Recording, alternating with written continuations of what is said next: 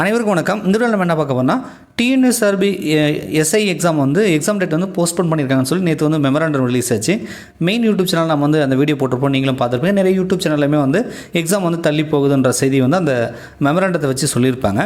So இப்போ பார்த்தீங்கன்னா official வெப்சைட்லேயே பார்த்தீங்கன்னா எஸ்ஐ எக்ஸாம் டேட் நாங்கள் வில் பி அனௌன்ஸ் லேட்டர் அப்படின்றது சொல்கிறாங்க. பின்னாடி நாங்கள் அறிவிக்கிறோம் after complying with the direction of the honourable supreme court ஆஃப்னு போட்டு அந்த வழக்கு நம்பர்லாம் போட்டிருக்காங்க.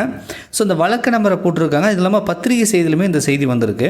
இப்போ என்ன நம்மளுடைய கொஷின் அப்படின்னா, எக்ஸாம் தள்ளி வச்சுருக்கீங்க, ஓகே. அப்போ எக்ஸாம் டேட் ஜூன் 28, 29 ஒரு சர்க்குலராக ஃபார்ம் ஆயிடுச்சு. அது அஃபீஷியல் வெப்சைட்டில் வரலனாலும் அது இப்போதைக்கு நாங்கள் தள்ளி வச்சுருக்கிறோம், பின்னாடி டேட் சொல்கிறன்றது ஓகே.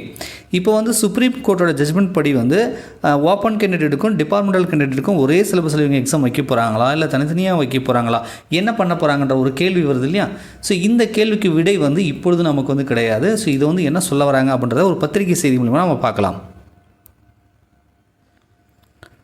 ஸோ பத்திரிகை செய்தியில் என்ன குறிப்பிட்டிருக்காங்கன்னா, இது மாதிரி ஜூன் 28, 29 எக்ஸாம் நடக்கின்ற மாதிரி தமிழ்நாடு சீருடை பணியாளர் தேர்வாணையம் சொன்னதாக சொல்கிறாங்க. அஃபீஷியலாக சொல்லலை, அது சர்க்குலர் ஃபார்ம் ஆயிடுச்சு இல்லையா? இதில் சுப்ரீம் கோர்ட்டில் வெளியான ஒரு தீர்ப்பில் விளக்கம் கேட்டு தமிழக காவல்துறை சார்பில் மனு தாக்கல் செய்யப்பட்டுள்ளது. அதற்காக தேர்வு தள்ளி வைக்கப்பட்டுள்ளது என்றும் சுப்ரீம் கோர்ட்டில் உரிய விளக்கம் கிடைத்தவுடன் தேர்வு தேதி பற்றி அறிவிக்கப்படும் சொல்கிறாங்க. ஸோ சுப்ரீம் கோர்ட்டோட ஜட்ஜ்மெண்ட்டை இவங்க அந்த ஜட்ஜ்மெண்ட்டை அப்படி இம்ப்ளிமெண்ட் பண்ணல.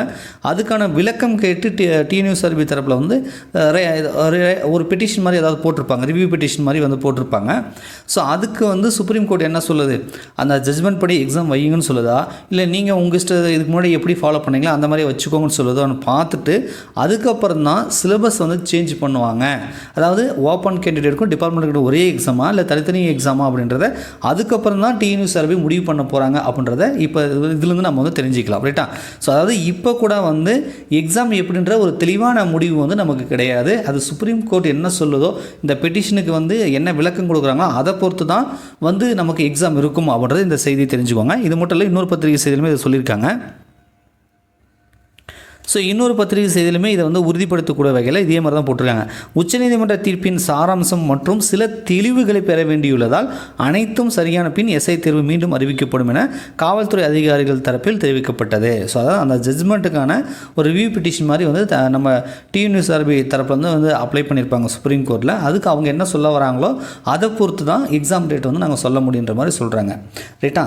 ஸோ இப்போதைக்கு ஓப்பன் கேண்டிடேட்டுக்கும் டிபார்ட்மெண்டல் கேண்டிடேட்டுக்கும் ஒரே எக்ஸாமா அல்லது பழைய எக்ஸாமா அப்படின்றத யாரும் உறுதியாக சொல்ல முடியாது.